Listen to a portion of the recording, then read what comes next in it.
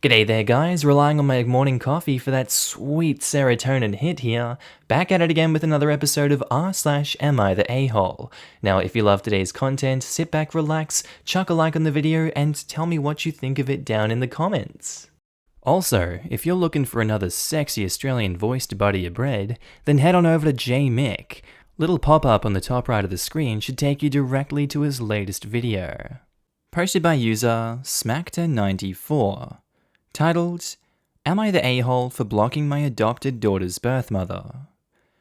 I have an adopted daughter. Let's call her Mimi.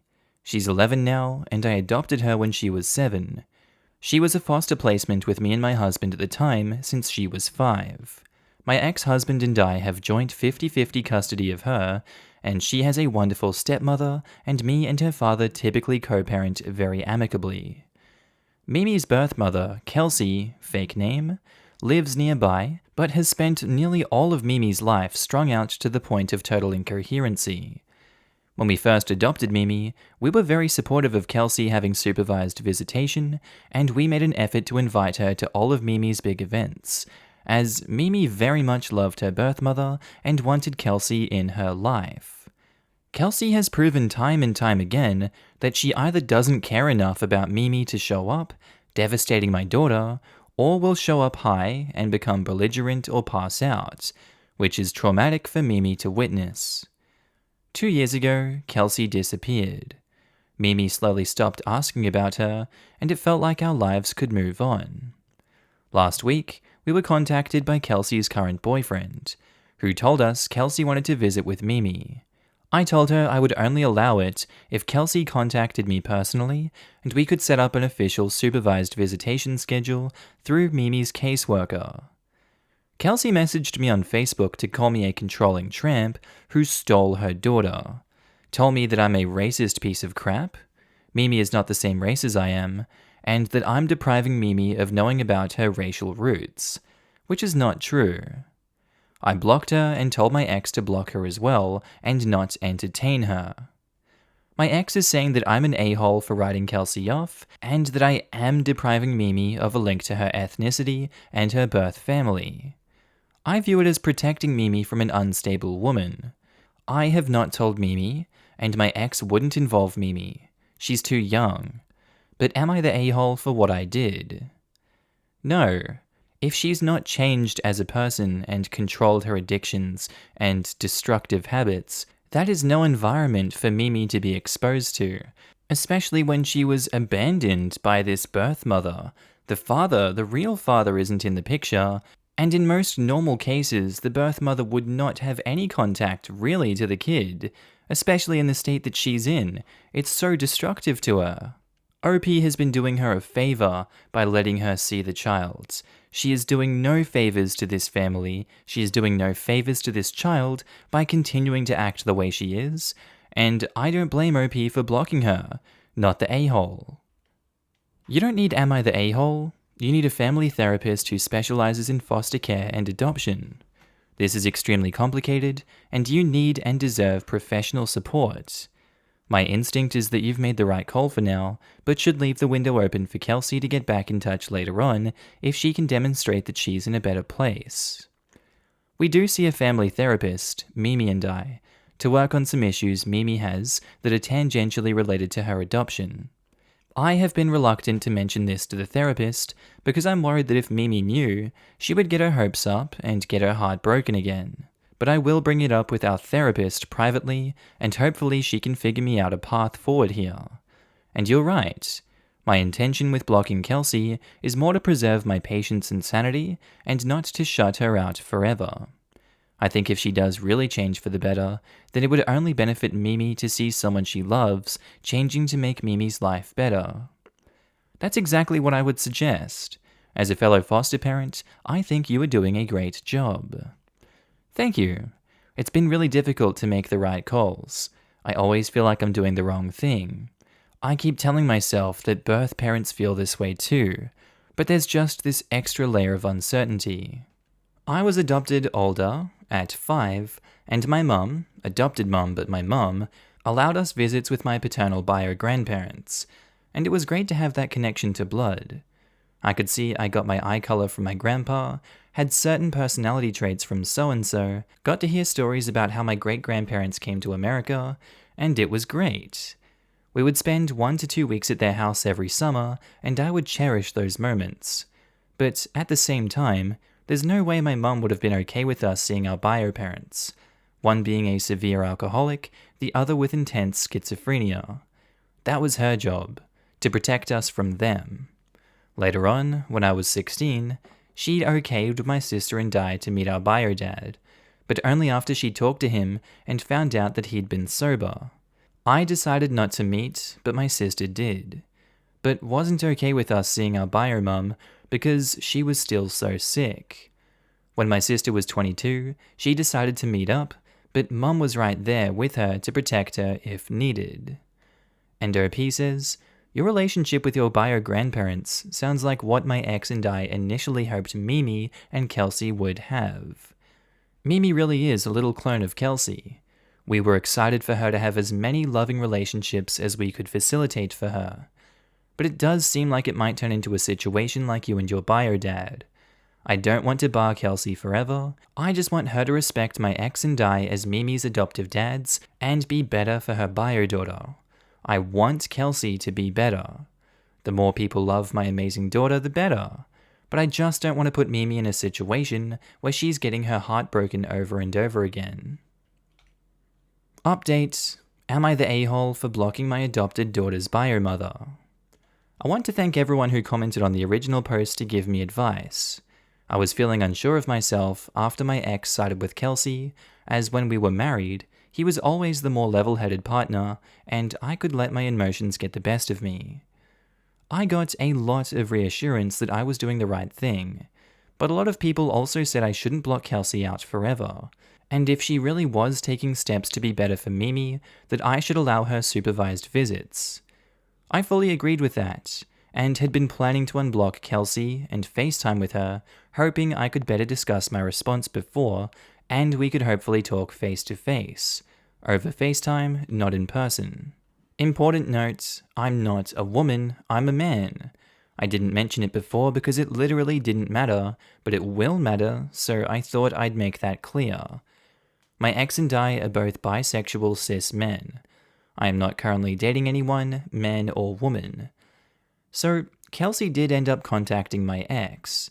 He texted with her because he was against blocking her out. She was incredibly kind to him in their messages and seemed very level-headed and genuinely reformed from her old ways. But after asking my ex if we could work out a schedule where she had supervised visits, and then one day could have unsupervised visits, she dropped a bomb that exploded her chances of ever being able to see Mimi again.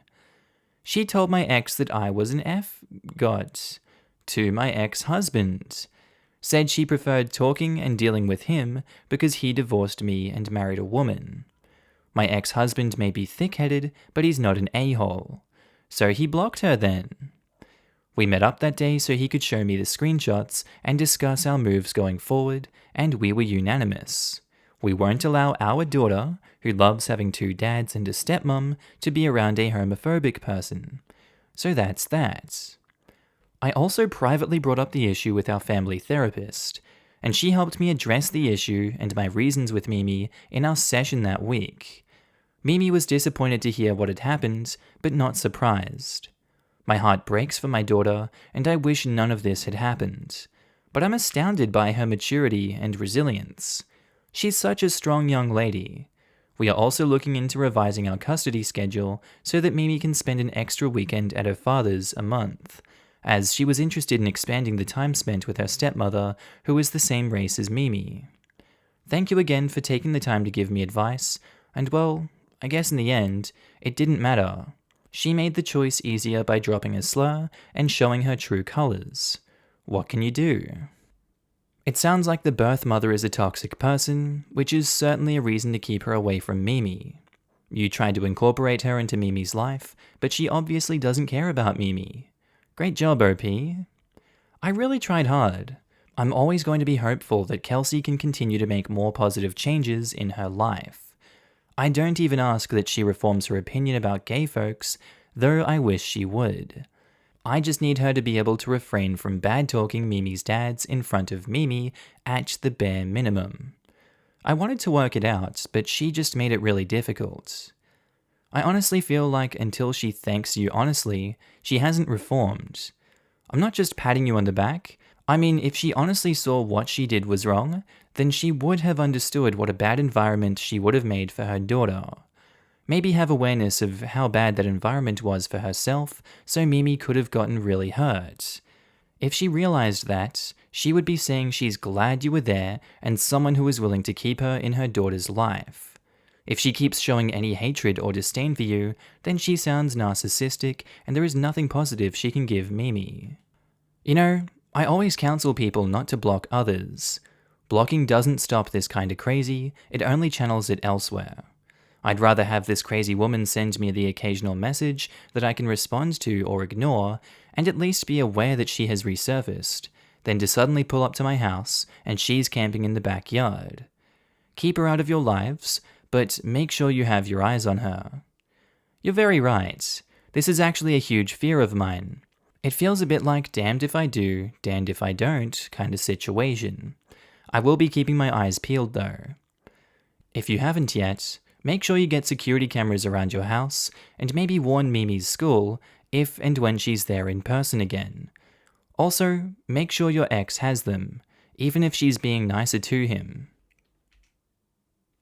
Posted by user, another wedding post, titled, "Am I the a-hole for not allowing my friend to bring her service animal, guide dog, to my wedding? Yes, we've covered this, but there's an update. I, 28 female, will be getting married in September. I have a blind friend who relies mostly on her guide dog. The dog obviously has access rights to all places. Now I'm in a sticky situation, and I can sense that I will be the a-hole. I have 3 chronic illnesses that I take 23 pills a day for. Severe asthma, and you guessed it, an extremely severe dog allergy. Usually when I meet with my friend, we meet in the open, and I take 2 allergy pills. However, because of all the other medication I take, these pills make me extremely drowsy to the point where I am officially not allowed to drive, and I usually crash as soon as I get home from our get-togethers.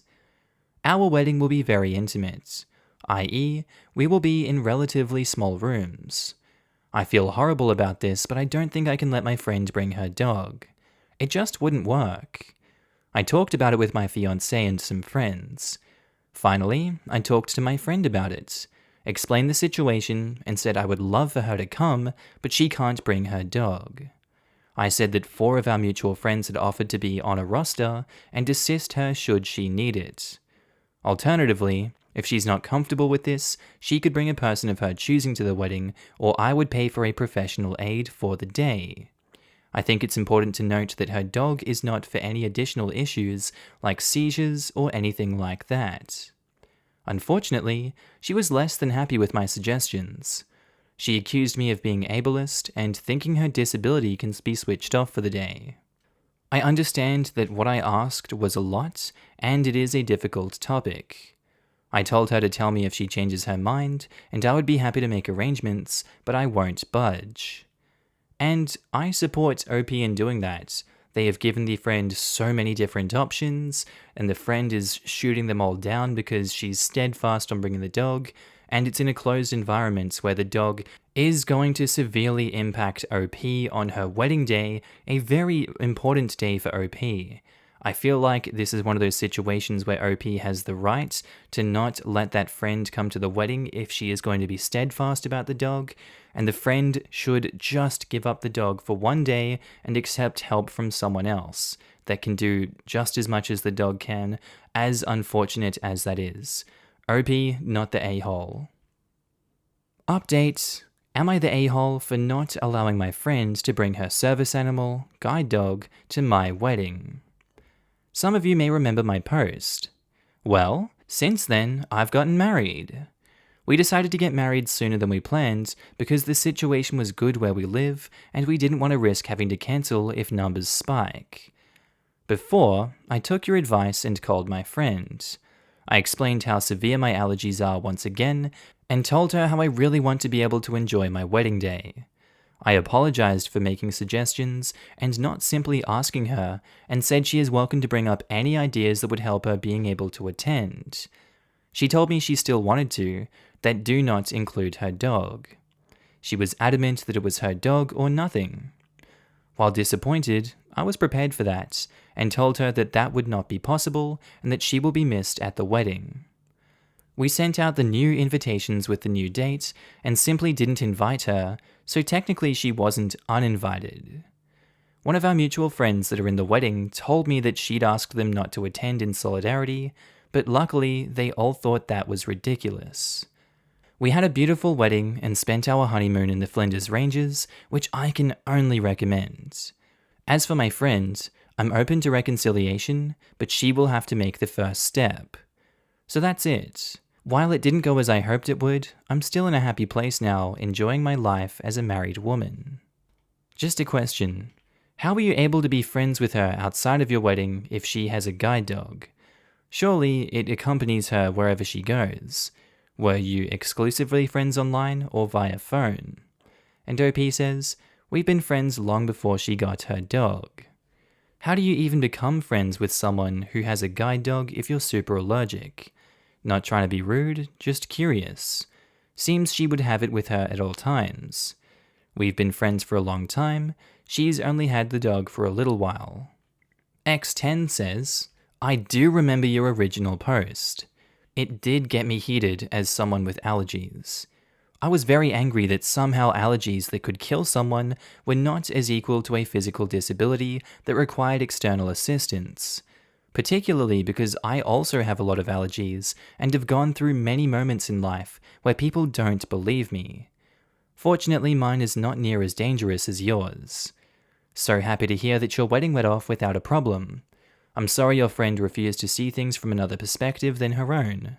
It's good that you're ready to accept an olive branch, should she choose to extend it. But it is also fair, in my opinion, that she should be the first. I do hope this friendship can be mended, but maybe some friendships are simply not meant to be. And perhaps it is safer that you do not possess a friendship that both endangers you and downplays the dangers of your own allergies. Congrats on getting married, and best wishes for your future as a married woman. Posted by user AmiTheA throwaway and numbers that I'm not gonna read. Titled, Would I be the a-hole for calling the cops on my mum, potentially getting her deported? Hi Reddit. Throwaway account because I don't want this linked to my main. My mum, 45 female, came to the US from southern Mexico with my dad, 47 male, when they were teens. And a couple of years after that they had me, 25 male. Because I was born here, I am a citizen, but my parents were still undocumented until they went to DACA and obtained green cards. One of the conditions of it is that you can't be convicted of a crime. My mum has always been a narcissist, making everything about herself. I basically raised myself, as she wasn't always there, and my dad worked a ton to provide for us, bless his soul. When I was in high school, I asked my mum to drive me and my girlfriend to senior prom, and she agreed, but backed out on the day of, causing us to be an hour late. When I got ticked, she called me ungrateful and other names, and that I didn't appreciate her. This isn't the only incident, but it's the one I remember the most. When I moved away for college, she demanded I called her every day, and when I didn't, she called the cops for a wellness check. After that, I went minimal contact with her. Recently, she called the cops saying that my current girlfriend was abusive, which is not true because she never met her, and I got extremely ticked off and told her not to contact me again. Now to the a-hole part. I came home from work, essential worker, and my mum was sitting on my couch. I demanded to know how she got in, and she said she let herself in with the key under my doormat. I told her to get the hell out pretty harshly, and she told me Dad lost his job and they're going to be homeless soon. I told her that I didn't give a frick and to get out. After she left, I noticed my expensive watch was missing. $150 USD, my dad got it for me for my graduation, and when I asked her about it, she said that I owe it to her and that I was her son. I demanded she give it back, and she said she already sold it. Would I be the a-hole if I filed a police report on her for this behavior? There is a very high chance that she would be deported back to Mexico and not have a chance to come back here. I don't have much to say on this one. Oh my god. I think he would be, in all honesty. I don't think this is an okay situation to be reporting her for this, but you do you, OP. Edit. I have informed her that she has 48 hours to get my watch back, or I will go to the police and report her. She started crying and told me that she sold it, and I told her that she needs to get it back ASAP. She tried to say that their financial state is my fault, but I shut her down and told her to get me the watch, then I'm going to file a restraining order.